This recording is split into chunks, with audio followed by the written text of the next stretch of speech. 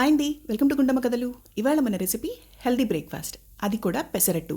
పెసరట్టు అనగానే ప్లెయిన్ పెసరట్టు ఉప్మా ఇలా కాకుండా మూంగ్ దాల్ ఊతప్పం తయారు చేసుకుందాం.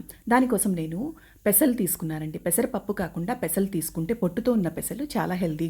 నేను 1 కప్పు పెసలు తీసుకున్నానండి. వాటిని శుభ్రంగా వాష్ చేసుకొని దానిలో 1 గ్లాస్ వాటర్ యాడ్ చేసుకొని మినిమం 6 అవర్స్ నానబెట్టుకోవాలండి. నైట్ అంతా నానబెట్టుకుంటే ఇంకా మంచిది కూడా. 6 అవర్స్ అయిన తర్వాత నేను ఈ పెసల్ని మిక్సీ జార్లో వేసుకొని గ్రైండ్ చేసుకుంటున్నాను. దానికోసం మీ రుచికి సరిపడా ఉప్పు. నేను 1 కప్పు పెసలు తీసుకున్నాను కదా, నాకు 1.5 స్పూన్ ఉప్పు పట్టింది. అందులోనే నేను ఒక 15 నుంచి 20 మిరియాలు, ఒక 5 పచ్చిమిర్చి, మీ కారానికి తగ్గట్టు అడ్జస్ట్ చేసుకోండి. 1 ఇంచ్ అల్లం అండి, చిన్న ముక్కలుగా కట్ చేసుకొని వేసుకుంటున్నాను. దీనిలోనే 2 రెమ్మలు కరివేపాకు. అలానే ఇందులో బైండింగ్ కోసం నేను శనగపిండి వాడుతున్నానండి. 2 స్పూన్ల శనగపిండి వాడుతున్నాను. 1 కప్పు పెసలకి 2 స్పూన్ల శనగపిండి. ఇది సూజీ రవ్వ, బొంబాయి రవ్వ అంటాం కదా, ఇది ఆప్షనల్ అండి, మీ ఇష్టం. నేను క్రిస్పీగా ఉండడం కోసం సూజీ రవ్వ యాడ్ చేశాను. అలానే 1 కప్పు పెరుగు కూడా యాడ్ చేసుకుని దీన్ని మెత్తగా మిక్సీ పట్టేసుకుందాం.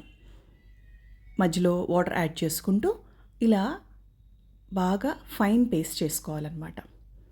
చూడండి, మీకు కావాలంటే ఇంకొంచెం వాటర్ కూడా యాడ్ చేసుకోవచ్చు. మనకి దోశ బ్యాటర్ లాగా రెడీ అవ్వాలి.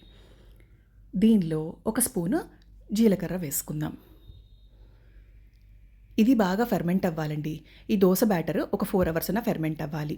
లేదు అని అనుకుంటే, మీకు ఇన్స్టెంట్గా కావాలి అనుకుంటే కొంచెం బేకింగ్ సోడానే యాడ్ చేసుకోవచ్చు. నేను ఊతప్పంలోకి ఆనియన్స్, టొమాటో, అలానే కొత్తిమీర కట్ చేసి పెట్టుకున్నాను.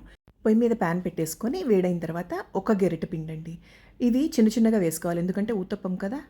చూడండి హోల్స్ ఎలా వచ్చినాయో, చాలా ప్లఫీగా వస్తుందండి, లైట్గా ఉంటుంది. ఎందుకంటే మన దోశ బ్యాటర్ ఒక 4 అవర్స్ ఫెర్మెంట్ అయింది కాబట్టి. దీనిపైన వెజిటబుల్స్ మీకు నచ్చినవి వేసుకోవచ్చండి.